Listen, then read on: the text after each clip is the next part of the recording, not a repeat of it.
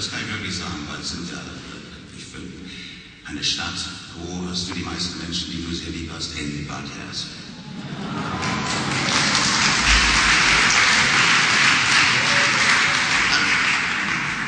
Mir fällt ein, wenn ich Jürgen spielen höre, das ist also für mich immer so, ich stand gerade eben noch hinten mit einem meiner besten Freunde, da haben wir gesagt, wenn wir so Gitarre spielen könnten, dann hätten wir, glaube ich, auf dieser Welt nichts mehr zu befürchten, dann würden uns alle zu Füßen liegen.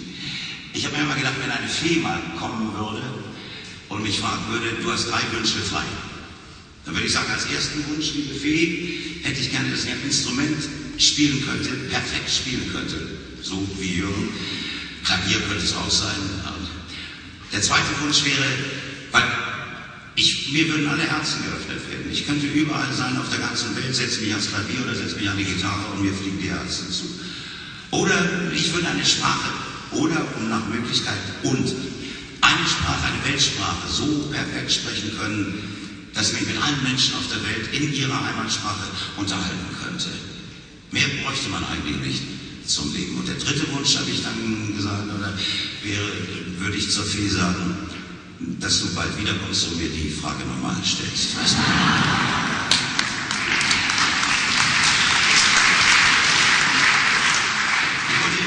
Ich wollte immer gerne einmal so begrüßen, wie das so bei offiziellen Geschichten gemacht wird, so dass, wo man schon müde ist, wenn die Begrüßung zu Ende ist. Man sagt, ist nun bald die Begrüßung zu Ende, von denen sagen, und dann möchte ich nicht vergessen. Also, ich grüße nun mal jetzt ganz, und keiner darf sich zurückgesetzt fühlen, wenn er jetzt nicht persönlich begrüßt wird.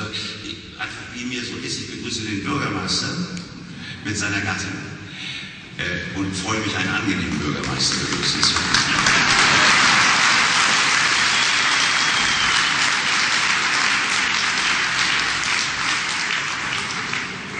Ich begrüße ganz herzlich meine Zimmerwirtin, Christa Ileschko.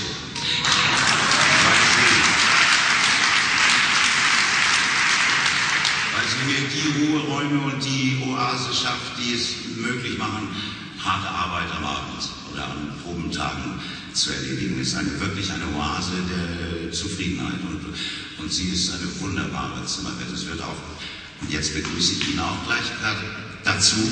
Ja, nochmal für Christa Ileschko. Okay, ja. Gut. Ich begrüße sehr herzlich meinen Intendanten Holk Freitag, den ich für einen äußerst solidarischen und sehr tollen Mann halte. Der hat mir eine tolle Probenarbeit beschert und hat uns, glaube ich, allen in Hersfeld einen großen Erfolg mit König Lear beschert. Und auch die anderen Stücke sind ja große Erfolge. Und Holk ist ein Mann, bei dem man arbeiten möchte und auch in Zukunft weiter arbeiten will. Herzlichen Glückwunsch.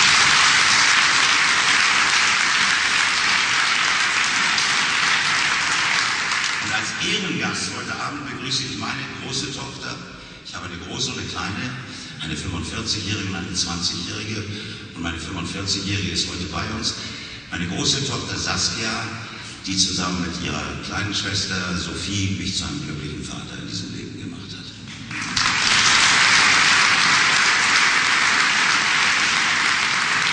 Und jetzt geht das los, Leute. Und da ich ja wusste, ihr sind ja nur Bad Hersfelder, was heißt nur, ihr sind die Bad Hersfelder, habe ich gedacht, dann lese ich aus meinem Buch all die Passagen, die wirklich von Bad Hersfeld handeln und die vielleicht manchen noch in Erinnerung sind, Anekdoten und so, anderen wiederum nicht, da waren die noch gar nicht geboren oder noch ja. Da habe ich gesagt, ich lese über Bad Hersfeld und das mache ich jetzt. Und dann werden Sie sagen, was das ist hier alles passiert in Bad Hersfeld. Ja, aber zuerst sage ich Ihnen noch, wie ich entstanden bin. Ich, der jetzt hier vor Ihnen sitzt. Und ich wurde halt nicht nur einfach so in die Welt gesetzt. Nein, ich erfüllte einen Zweck. Wir befinden uns im Jahre 1943 in Königsberg in Ostpreußen. Friedrich Lechtenbrink, kriegsverwundeter, ehemaliger Angehöriger der Luftwaffe, jetzt Angestellter der deutschen Shell und von dieser von Bremen nach Königsberg versetzt, kommt abends nach dem Dienst nach Hause und findet seine junge Frau Marianne aufgelöst und weinend vor. Was ist denn los, mein Peterle? Fragt er. Peterle, das war sein Kosename für sie. Ach, Pitt, sagt sie, das war ihr Kosename für ihn. Ich habe einen Bescheid bekommen, dass ich mich zur Einteilung für die Arbeit in einer Munitionsfabrik einzufinden habe. Und ich habe solche Angst davor. Zeig mir mal den Brief. Sie gibt ihn ihm. Hier steht doch, dass Schwangere von der Einteilung ausgenommen sind, sagt er nach kurzem Blick auf den Brief. Ja, aber ich bin doch gar nicht schwanger, Pitt. Ab morgen bist du es, Pitt. Also ich erfüllte einen Zweck, wurde geboren, damit meine Mutter nicht in die Munitionsfabrik musste. Das hat sie... Über Schauspieler, hier sitzt ja ein Schauspieler, mein ganzes Leben lang war ich Schauspieler. Und bin ich Schauspieler, ich wollte nie was anderes werden. Ich weiß auch heute nicht, ich würde auch nie was anderes wollen. Ich bin total zufrieden mit meinem Schauspielerleben. Schauspieler sind Egomanen, Mimosen, Traumtänzer, neidisch, immer durstig, dauergeil, lernfaul, größenwahnsinnig, realitätsfremd, jähzornig, Klatschmäuler, Hochstapler, Fremdgänger, geldgierig, verfressen, suchtgefährdet, arrogant, depressiv, feige, kindisch.